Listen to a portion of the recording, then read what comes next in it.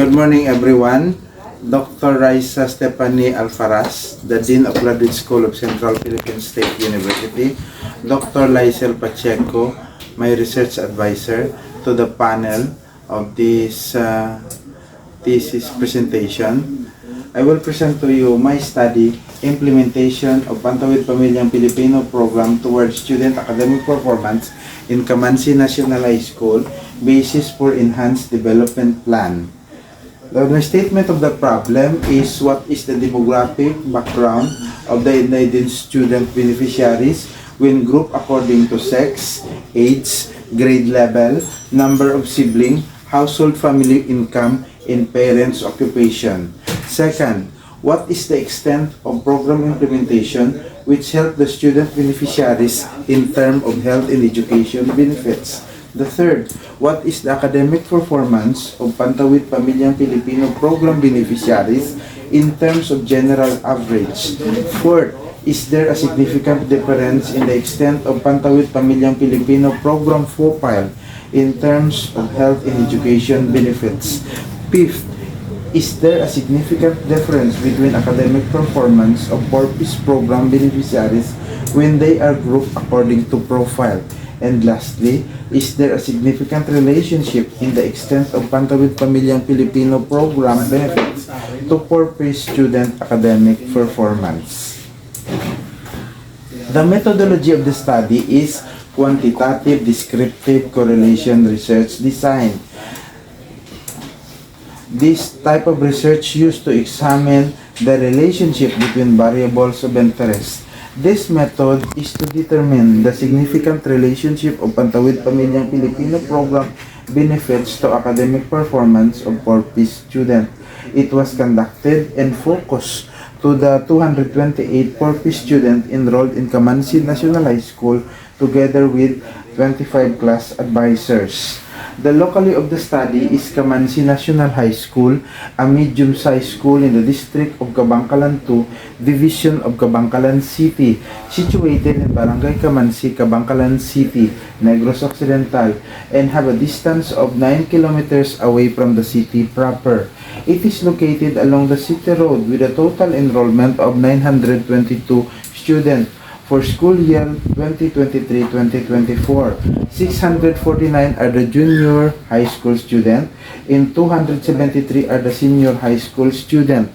Out of 922 students, 525 were purpose beneficiaries, 353 are junior high school student, and 172 senior high school student. The respondent of the study were 525 purpose students and 228 purpose students became the respondent through stratified and systematic random sampling together with 25 grade level class advisor. The 228 purpose was given questionnaire which includes demographic profile, health and education benefits, and academic performance of purpose student beneficiary. The beneficiaries of this program were resided in situ San Purok o Barangay Kamansi, Kabangkalan City.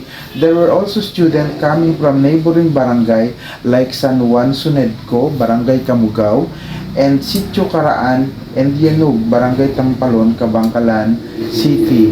The research instrument. Research-made questionnaire was adopted from the study of Arcaina et al. 2021. Used in this research. It has three parts: the demographic profile, which include sex, age, grade level, number of siblings, household family income, and parents' occupation.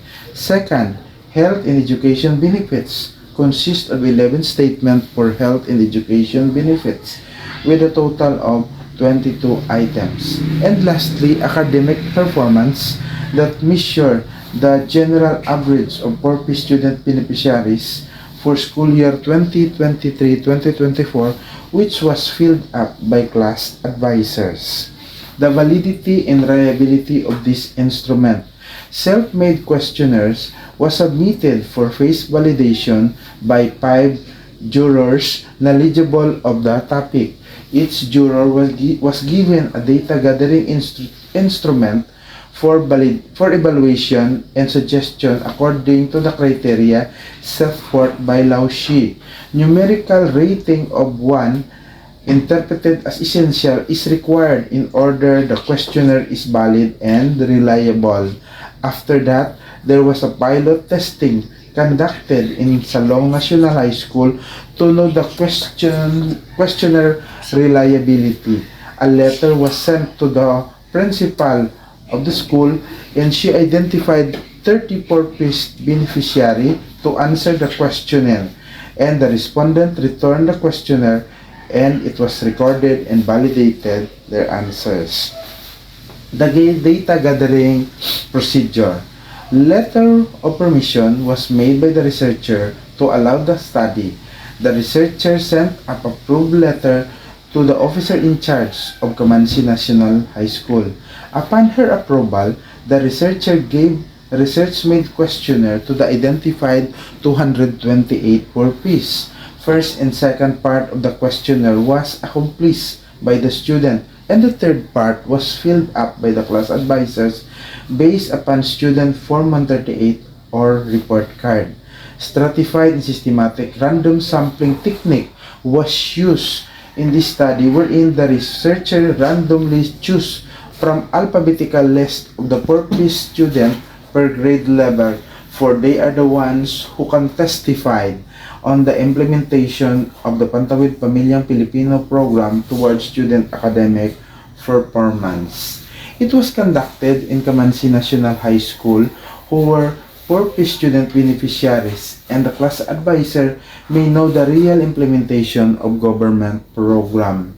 The participant of the study was informed about the main objective of the research, that they are voluntarily participation and full consent prior to the interview.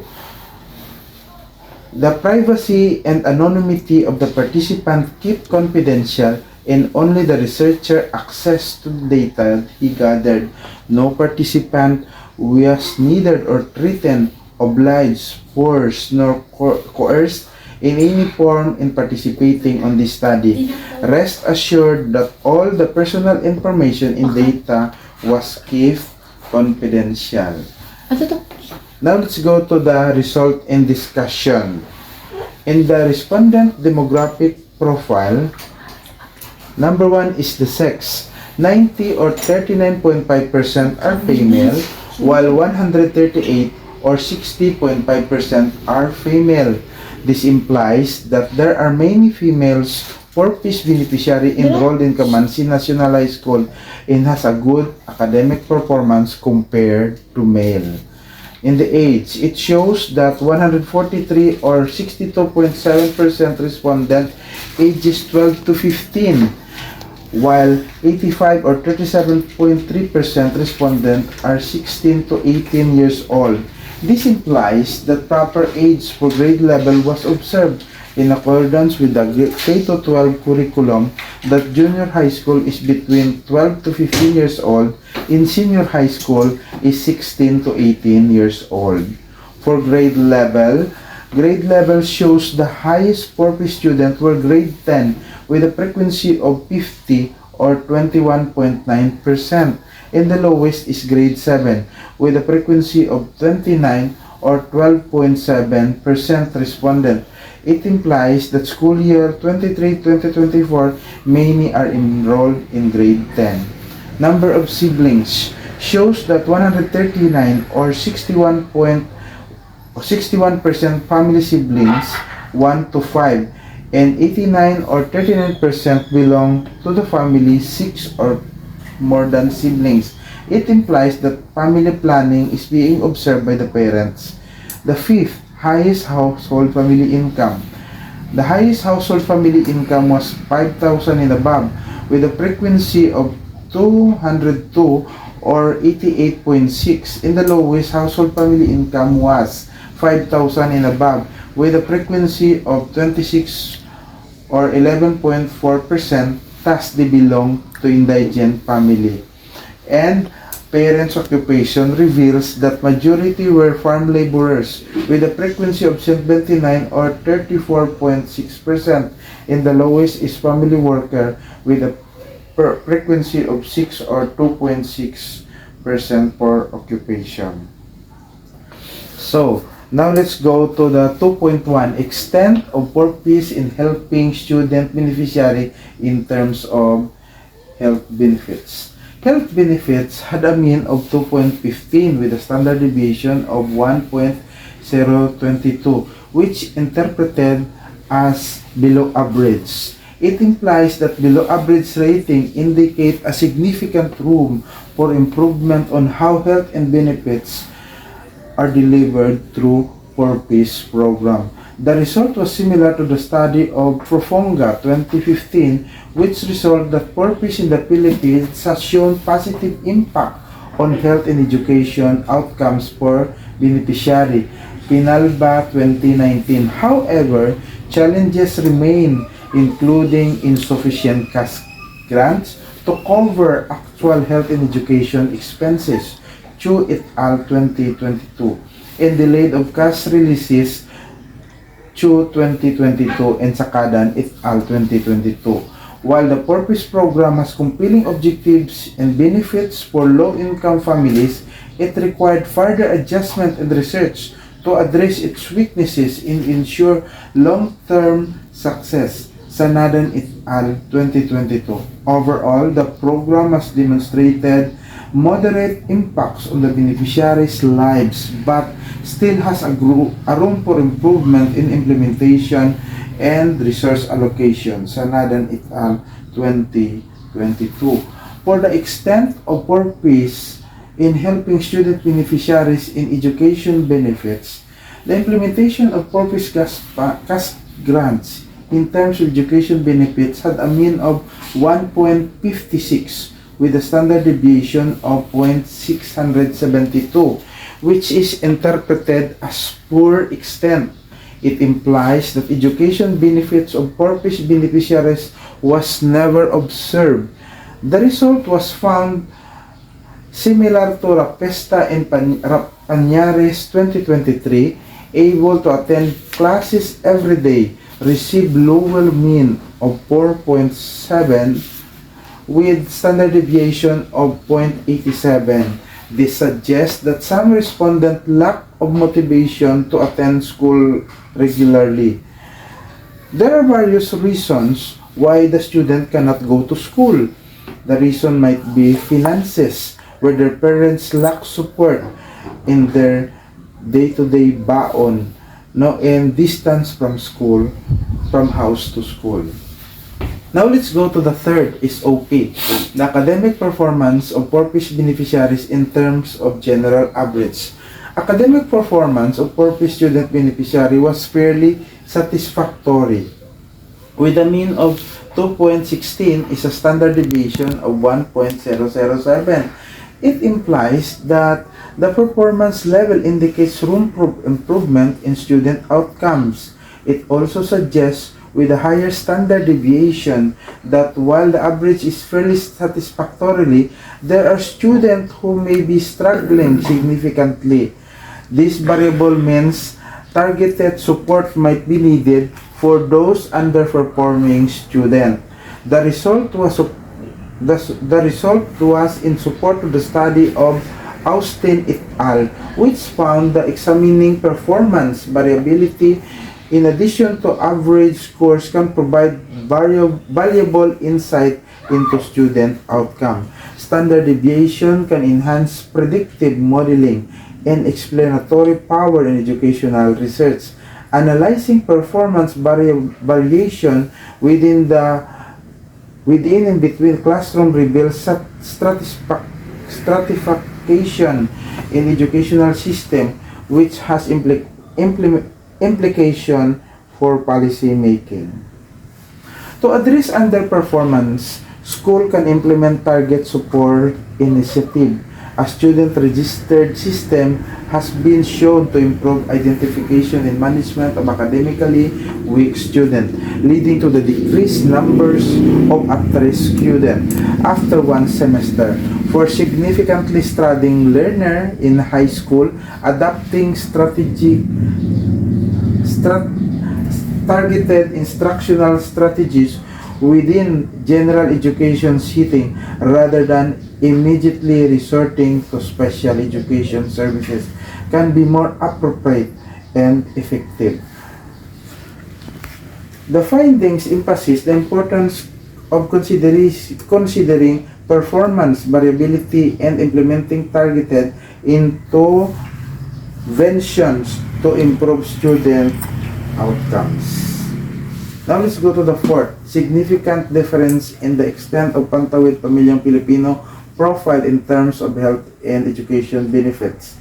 There are no significant difference in terms of age, number of siblings, and parents' occupation in the extent of implementation of 4-piece cash grant, both in health and education benefits, with Whitney U test and Cruz-Calwales H test, value of 6,004.5 and 5,631, 5,887.5 and 5,974, and 0.013 and 0.718 respectively, standard deviation of 0.878 and 300.343 and 0.535 and 0.656 and 0.909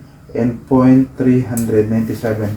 Furthermore, there was no significant difference in the implementation of 4-piece cash grant of health benefits when grouped according to grade level, with a U value of 7.140 and standard deviation of 0.210. While there was a significant difference when they group according to sex and parents' estimated monthly income, with a U value of 5,145 and 2009, and the P values of 0.27 and 0.49 respectively. Meanwhile, there was a significant difference in the extent of implementation of 4-piece cash grant in terms of education when grouped according to grade level, with H value of 18.99 and a P value of 0.002.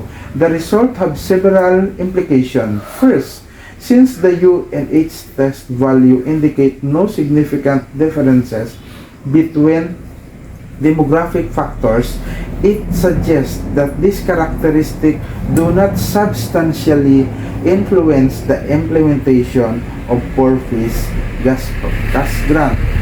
This could imply that the program effectiveness is consistent across various demographics, although it also raises questions about whether the program is adequately tailored to address the specific needs of different demographic groups. Second, the findings that there is no significant difference in the extent of health benefit based on grade level, yet significant is that while the health benefits might be similarly accessed, varying grade levels impact beneficiary perceive or utilize the cash grant. This could indicate that the older the student or the higher grade level may have differently access to the resources or understanding of the program benefits compared to the younger student. The third is the significant differences found in the implementation of the sex and parental income suggests that these factors play a crucial role in how the benefits of cash grants are perceived and utilized. Skill dynamics may affect accessibility or awareness of health benefits in varying household incomes, may influence how funds are utilized within a family, impacting overall effectiveness. The result on the support of study of Rapesta and Pañares 2023, as mentioned by Ramos et al. 2024, that the program of the purpose in the Philippines aim to reduce poverty by providing conditional cash grant for health, nutrition, and education to poor households. Studies have found mixed results regarding the implementation of the program and impact. While some research indicate high compliance and effective effects on academic performance, others highlight challenges such as insufficient grant amount, the delay of cash releases, and logistic issues, according to et al. 2022 and Ramos et al. 2024. The program's impact on the school attendance has positive meaning and required 80% attendance rate, according to Arcaina et al. 2022. However, demographic factors like impact on school attendance has been positive meeting that required 80% attendance rate, Arcaina et al. 2021. However, demographic factors like age, number of siblings, parents' occupation showed no significant differences in the extent of implementation for health benefits and beneficiary status. Recommendation includes providing entrepreneurial training for beneficiaries and encouraging collaboration between school and parents. Chu et al. 2022, Rapista and Pañares 2023. Now let's go to the significant differences between academic performance of purpose student beneficiary when grouped according to profile. There is no significant difference in the level of purpose student academic performance when grouped according to age. U equals 6,000.4, a P which equal to 0.874. Number of siblings, U equals 5,608.5 and P is equal to 2.213. Parent estimate monthly income, U equals 2,493 and P is 0.659. And parents' occupation, age is 7.373 and P equals 0.391. Meanwhile, there was a significant difference in the level of purpose student academic performance when grouped according to 6. Now, U equals 4,589.5 and P equals 0.000. And grade level, H equals to 11.388 and P is equal to 0.044, which lead the researchers to reject null hypothesis. The lack of significant differences in academic based on age, number of siblings, parent estimated monthly income, and parents' occupation suggests that these variables may not play a crucial role in influencing student outcomes in this context. This imply that purpose program which aim to provide support to disadvantaged families might level the playing field per student regardless of these demographic factors. Programs in intervention might consider focusing on other variables that can more directly influence academic success. On the other hand, the significant differences in academic performance based on sex suggest that male and female students may experience different educational outcomes. This could indicate underlying gender-related factors affect motivation, engagement, or support system in school. Additionally, the significant difference in performing according to grade level suggests that academic performance varies as students progress through their education. This could indicate that the challenges or support system in the place for each student may differ across grade level. The implication may encourage educators to tailor intervention and resources to meet the changing needs of the student as they advance in their education. The result was in support of findings of several studies that examined factors influencing academic performance among students, particularly those in Pantawid Pamilyang Pilipino program. Umawing 2022 reported that personal, family, school, teacher, community, and multimedia factors sometimes affected PORPIS beneficiaries' performance, while peer factors did not. Regarding demographic factors, Umawing found significant relationship between profile variables in academic performance, except for age. This aligned with Ibenowa Oko 2010 findings that age, financial status, in general were not significantly predictors of academic performance among undergraduates. However, Rapista and Pañares 2023 noted a significant relationship between education and academic achievement of PORPIS beneficiaries. Now let's go to the last.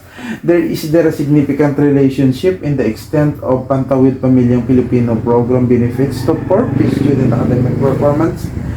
There is no significant relationship in the extent of implementation of PORPIS cash grant in terms of health benefits to their academic performance, with a raw value of 0.005 and a p-value of 0.946, which found to be greater than the alpha at 0.005 level. The health-focused benefits provided by the cash grant may not directly translate to improve academic outcomes. This implied that while health benefits are crucial for overall well-being, they may not be sufficient on their own to enhance academic performance. It might be necessary to assess adequacy and reach the health benefits, or considering integrating additional educational support now alongside health initiative to improve outcomes. Meanwhile, there was a significant relationship in the extent of PORPIS cash grant in terms of education to their academic performance, with the raw value of 0.185 and a p-value of 0.005, which led the researcher to reject the null hypothesis. It implies as the extent of the implementation of cash grant considering education benefit increases, the academic performance of the PORPIS grantee also increases.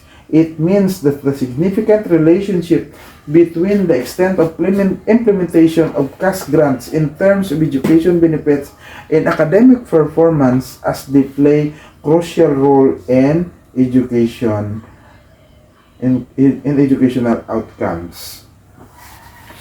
This may suggest that factors as socioeconomic status, family support for engagement with educational resources are influencing academic performance. The result was similar to the study of Flores et al. 2019, as mentioned in Rapesta and Pañares 2023, showing that the Pantawid Pamilyang Pilipino program in the Philippines shows mixed result regarding its impact on the student beneficiary academic performance. While the studies found significantly positive relationship between PORPIS cash grants in academic programs, others reported no significant correlation according to Aranas et al.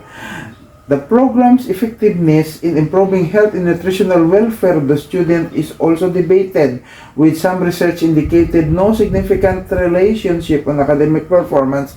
Rapesta and Pañares 2023. However, the PORPIS program has been associated with increase of school attendance and reduced dropouts, according to Flores et al. 2019. Constraints and challenges in program implementation, such as delayed of cash grant disbursement, have been identified. Flores et al. 2019 and Ramos 2021. Recommendation for improvement include extending program scope, intensifying livelihood programs, and enhancing benefit for pupil recipient. Flores et al. 2019 and Ramos 2021. The conclusion: academic performance doesn't matter on age, number in the family, parents' income, and occupation. It is student willingness and determination to have a good grades. Female student interest in their studies compared to male student. Among the grade 10 student has good academic performance, they are matured enough to prepare themselves for higher education. Health benefits provided by cash grant does not directly improve academic outcomes, while education benefit play a crucial role in educational outcomes.